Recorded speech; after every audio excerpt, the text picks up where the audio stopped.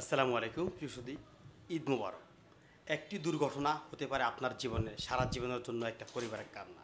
প্রিয় দর্শক, যারা আমরা গাড়ি ড্রাইভ করব, বাইক চালাবো, এই ঈদে চিল করব, বন্ধু বান্ধবদেরকে নিয়ে ঘুরতে যাব, কিন্তু একটা জিনিস লক্ষ্য রাখতে হবে, আপনার জন্য আপনার পরিবার অপেক্ষা করতেছে, আপনার জন্য আপনার বাবা মা অপেক্ষা করতেছে, আপনার জন্য আপনার সন্তানের অপেক্ষা করতেছে।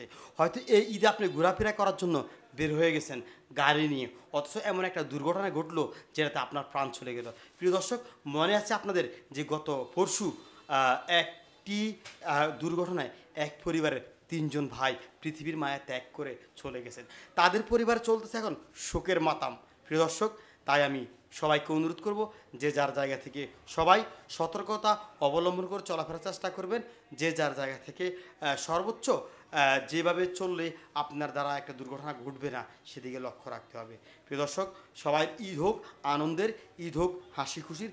এই ঈদ যেন প্রতিটি পরিবারের মধ্যে যেভাবে খুশি সেভাবে হয়। প্রিয় দর্শক, আমি অন্তত অনুরোধ করব, এই জীবনের ঝুঁকি নিয়ে ঈদ আনন্দ করার চেয়ে দূরে থাকা অনেক ভালো। কারণ আপনার জন্য আপনার ফ্যামিলি অপেক্ষা করতেছে। গাড়িতে আপনি অতিরিক্ত যাত্রী হয়ে উঠবেন না, লঞ্চে আপনি অতিরিক্ত যাত্রী হয়ে উঠবেন না।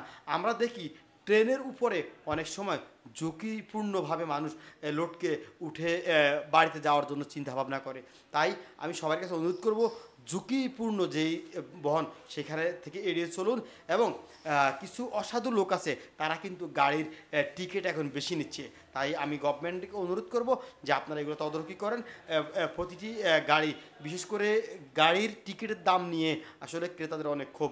যা হোক দর্শক, বিশেষ করে বাইক ড্রাইভ যারা করেন, আজকের আমার যে বিষয়, বাইক ড্রাইভ যারা করেন প্লিজ, আজকে কালকে ঈদ উপলক্ষে দেখা যায় অনেক বাচ্চারা, অনেক বোনেরা, অনেক মায়েরা বাইরে যাবে, ঘুরতে যাবে, কিন্তু আপনি এমনভাবে বাইক চালাবেন, দেখা যায় মা সরতে পেরেছে, সন্তানকে সরাতে পারে নাই, কি একটা দুর্ঘটনা ঘটে যেতে পারে। তাই আমি অনুরোধ করব সবাইকে সতর্কতা অবলম্বন করার জন্য। তাই সবাইকে অনুরোধ করব ভিডিওগুলো শেয়ার করার জন্য। ভালো থাকবেন, আল্লাহ হাফেজ, আসসালামু আলাইকুম।